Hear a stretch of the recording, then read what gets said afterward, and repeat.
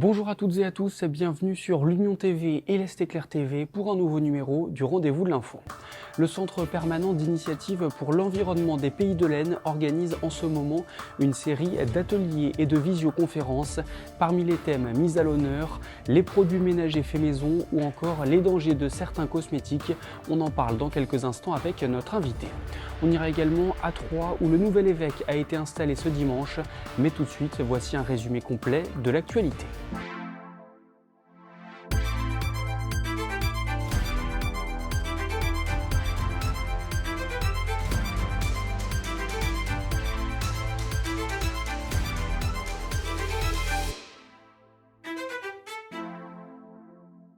Des salariés de Sogetrel, sous-traitant principal d'Orange pour l'installation de la fibre et de la DSL, ont débrayé ce lundi dans la Marne, l'Aube et les Ardennes.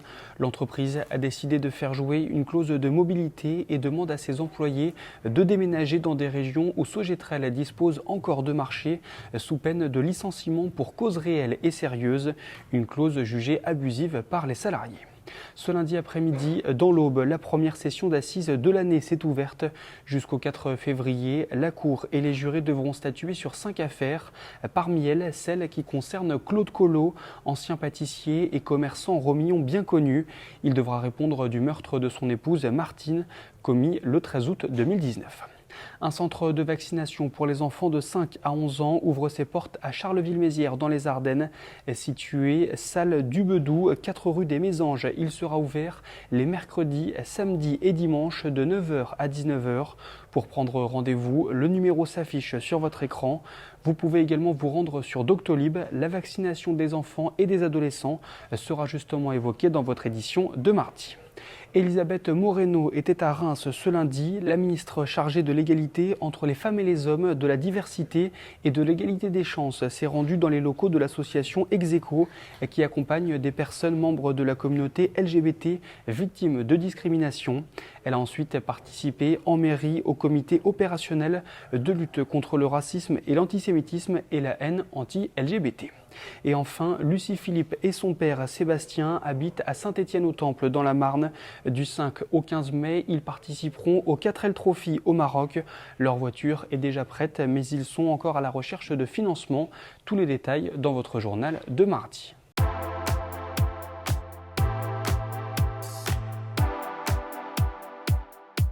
Alors que le danger de certains cosmétiques n'est plus un secret, de nombreuses personnes fabriquent elles-mêmes leurs produits ménagers ou leurs produits d'hygiène. En ce moment, le Centre permanent d'initiative pour l'environnement des Pays de l'Aisne organise une série d'ateliers et de visioconférences sur le sujet. Notre journaliste Benjamin Vernet a pu en parler avec Sandrine Cormier, chargée de mission santé-environnement. Stéphanie Cormier, bonjour. Tout ce début d'année, le CPIE des Pays de l'Aisne organise des visioconférences, des ateliers sur les produits ménagers, les cosmétiques et notamment les surprises, mauvaises surprises qui peuvent réserver, notamment ceux qu'on trouve dans le commerce. Alors, première question, de quelle surprise on parle dans ces ateliers? Oui, donc tout à fait. Donc, depuis l'année dernière, en fait, le CPE des Pays de l'Aisne, grâce au soutien de l'Agence régionale de santé, organise un cycle de visioconférences sur des thématiques, liées à la santé environnementale. Donc effectivement, en novembre, de l'année dernière, on en avait fait une déjà sur le thème des cosmétiques et des mauvaises surprises qu'on pouvait avoir avec la fabrication de cosmétiques maison, des mauvaises pratiques. Et devant le succès qu'on avait eu, en fait, on a vu pas mal de questions sur le thème des produits ménagers et aussi les bonnes pratiques. Parce qu'effectivement, vous trouvez beaucoup de recettes de produits ménagers do it yourself, hein, le DIY, comme on voit partout maintenant. Et parfois, il y a des recettes, voilà, faut se méfier, notamment quand il y a trop d'huiles essentielles qui sont rajoutées, parce que c'est pas des produits anodins, les huiles essentielles. Puis aussi, parfois, il y a des recettes qui ne fonctionnent pas, comme certaines recettes de liquide vaisselle pour laver la vaisselle à la main. Donc, on va expliquer tout ça, pourquoi ça fonctionne pas forcément, pourquoi les huiles essentielles, il faut faire très attention à leur utilisation. Et puis, on va aussi surtout donner des conseils pratiques pour que les gens ils puissent apprendre à faire eux-mêmes des produits ménagers et puis continuer aussi, s'ils ont déjà cette pratique, en ayant des bons conseils, des bonnes astuces. Alors vous parlez notamment des soucis qu'il peut y avoir si on met trop d'huile essentielle, trop de certains produits dans des produits faits maison. Très concrètement, ces problèmes, ça va venir irriter la peau. On parle de quel genre de soucis très concrètement? Ah bah, les problèmes, si on reste sur les huiles essentielles, si on en met trop, ça peut être des irritations, mais ça peut aller même jusqu'à des allergies cutanées, des allergies Hmm. respiratoires, hein. Parce que, par exemple, les huiles essentielles, c'est pas parce que c'est des plantes que c'est anodin, hein. Je prends l'exemple souvent des champignons, hein.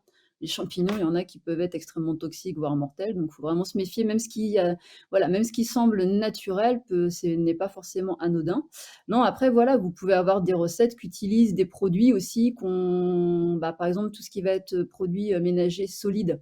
Mais en fait, pour faire ça, il y a un ingrédient qui est assez polluant en termes de fabrication, puis aussi en termes de biodégradabilité, dans l'eau. En fait, c'est un ingrédient qui est très peu biodégradable. Effectivement, c'est zéro déchet, mais après derrière, il faut voir aussi par rapport à l'eau, par rapport à la pollution de l'eau et ça, on va en parler aussi, lundi soir, en fait. L'idée aussi c'est le message qu'on va vraiment essayer de faire passer, c'est que les gens, faut vraiment se dire, faut aller vers la sobriété en fait, la sobriété, chimique, la sobriété en termes d'achat. Voilà, faut pas essayer de faire des recettes qui soient trop colorées, trop parfumées ou qui demandent trop, d'ingrédients dedans. Par expérience personnelle, on peut vraiment faire, le ménage à la maison avec des ingrédients extrêmement simples, basiques et chez moi, c'est propre et il y a pas de souci, hein. Et une dernière question, de l'extérieur, que ce soit les produits ménagers, les cosmétiques ou plein d'autres domaines, le fait maison, ça semble être quelque chose de chronophage. Est-ce que c'est conciliable avec un travail à plein temps, simplement, voilà, fabriquer maison ces produits? Oui, oui, oui, alors ça, c'est vrai que c'est un des préjugés qu'on a avec les produits, faits maison. Alors en fait, non, c'est pas chronophage, du tout. Moi, personnellement, je fais mes cosmétiques, je fais mes produits ménagers, je fais aussi beaucoup de choses, moi-même manuellement et il y a pas enfin franchement, voilà, c'est tout à fait compatible avec, un travail à 100 avec une vie de famille. Non, non, c'est pas chronophage du tout. C'est pas chronophage si on part sur des choses, sobres, si on part sur des choses simples. Effectivement, si on cherche à vouloir reproduire tous les produits qui sont vendus en grande surface, là, effectivement, vous allez partir sur quelque chose qui est long et puis surtout aussi qui va être cher. Puis ça évite d'acheter tout un tas de produits qu'on trouve en grande surface et qui sont pas forcément, nécessaires ou indispensables, en fait, voilà. Monseigneur Alexandre Joly est le 111e évêque de Troyes. Il a été installé ce dimanche. La rédaction de l'Est éclair était sur place.